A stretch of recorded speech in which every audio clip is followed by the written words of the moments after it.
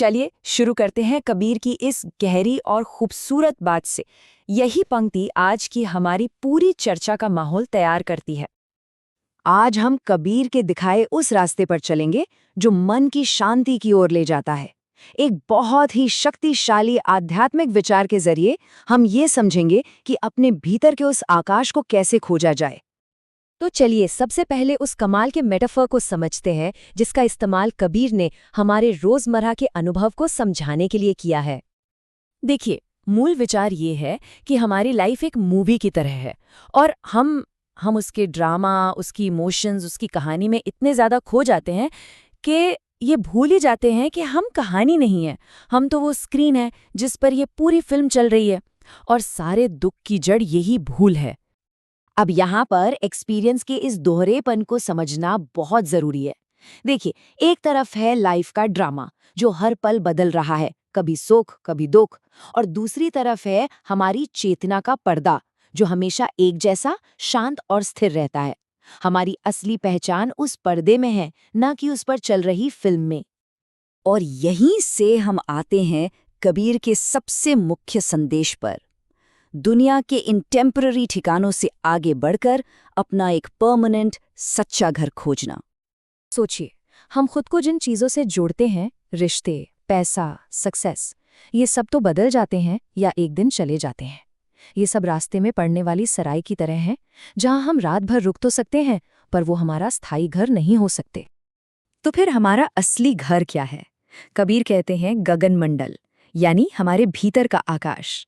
जरा सोचिए, बाहर के आसमान को देखिए, उसमें बादल आते हैं, गरजते हैं, बिजली चमकती है, इंद्रधनुष बनता है, पर क्या आसमान पर कोई असर होता है? नहीं, वो तो बस विशाल, शांत, वैसा का वैसा ही रहता है। ठीक वैसी ही हमारी चेतना है। और इस भीतरी आकाश का जो एसेंस है वो है शून्य। अब शून्य का मतलब कुछ नहीं है। ये वो खालीपन नहीं जो डराता है, बल्कि ये वो गहरी शांति है जहाँ से सब कुछ पैदा होता है और सब कुछ वापस उसी में समा जाता है। यही हमारा असली और आखिरी घर है। तो सवाल ये है कि इस भीतरी आकाश का एक्सपीरियंस होता कैसा है? आपको शायद हैरानी होगी, पर ये अनुभव हम सबको कभी न कभी हुआ है।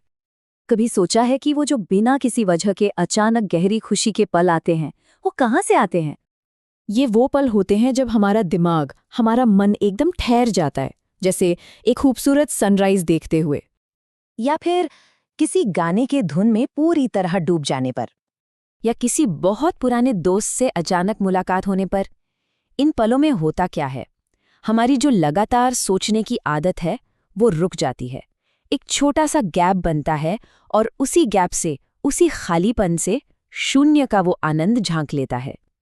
तो ठीक है, ये तो हुई एक्सीडेंटल ग्लिम्सेस, आकस्मिक झलकियां, पर इन्हें एक परमानेंट एक्सपीरियंस कैसे बनाया जाए? इसका जवाब हमारी लाइफ एनर्जी के फ्लो में छिपा है। देखिए, योग की भाषा में हमारी जो जीवन ऊर्जा है उसका नेचुरल फ्लो नीचे की तरफ होता है। ये हमारी बेसिक इंस्टिंक्ट्स, डर और इच्छाओं के रूप में बाहर आती है।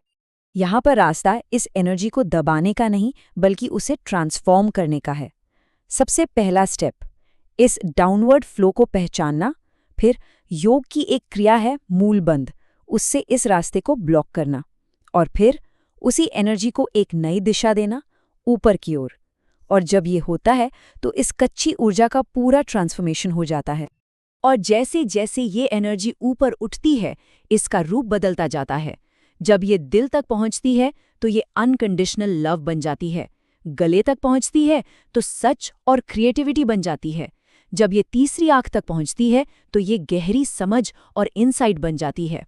और आखिर में सहस्रार चक्र पर पहुंचकर यही ऊर्जा परमानंद बन जाती है। लेकिन सबसे कमाल की बात तब होती है जब ये एनर्जी अपनी जर्नी पूरी करके सबसे ऊंचे पॉइंट पर पहुंचती है। तब जो दुश्मन थे वही सहयोगी बन जाते हैं। कहते हैं कि इस यात्रा के शिखर पर सहस्रार, यानी हमारे सिर के सबसे ऊपरी हिस्से में 1000 पंखुड़ियों वाला कमल खिल उठता है। ये सिर्फ एक मेटाफर नहीं है, ये वो अवस्था है जहां हमारा पूरा अस्तित्व, हमारा शरीर भी एक नई चेतना से वाइब्रेट करने लगता है। और यहाँ कबीर एक क्रांतिकारी बात कहते हैं। वो कहते हैं, जिन शक्तियों को आप दुश्मन मानते थे, जैसे क्रोध और वासना, वे ही परमानंद के अंतिम विस्फोट के लिए पलीता बन जाती हैं। मतलब हमारे अंदर कुछ भी बेकार नहीं है। जिसे हम बुरा समझकर दबाते हैं, वही एनर्जी जब सही दिशा में चैनल्ड होती है तो हमारी स्पिरिचुअल अवेकनिंग का फ्यूल बन जाती है। और इस ट्रांसफॉर्मेशन का असर क्या होता है? सबसे पहले मन, जो हमेशा शक करता था, सवाल करता था, वो शांत हो जाता है। शांति के लिए कहीं बाहर जाने की जरूरत खत्म हो जाती है। हर जगह मंदिर बन जाती है। तब भीड़ भरा बाजार भी उतना ही पवित्र लगता है जितनी किसी पहाड़ की चोटी। यही तो कबीर का पूरा सार है। वो कहते हैं, जिन पत्थरों को तुमने फेंकने की सोची थी, वे ही मंदिर की नींव बन जाते हैं। कुछ भी फेंकना नहीं है, कुछ भी दबाना नहीं है, बस सब कुछ ट्रांसफॉर्म करना है। तो अंत में बस ये एक सवाल छोड़ जाते हैं कि क्या हो अगर हमारे मन का संदेह, हमारी उलझन कोई दुश्मन ना हो? क्या हो अगर वो बस एक साइन बोर्ड हो, एक गाइड जो हमें हमारे असली घर की तरफ इशारा कर रहा हो?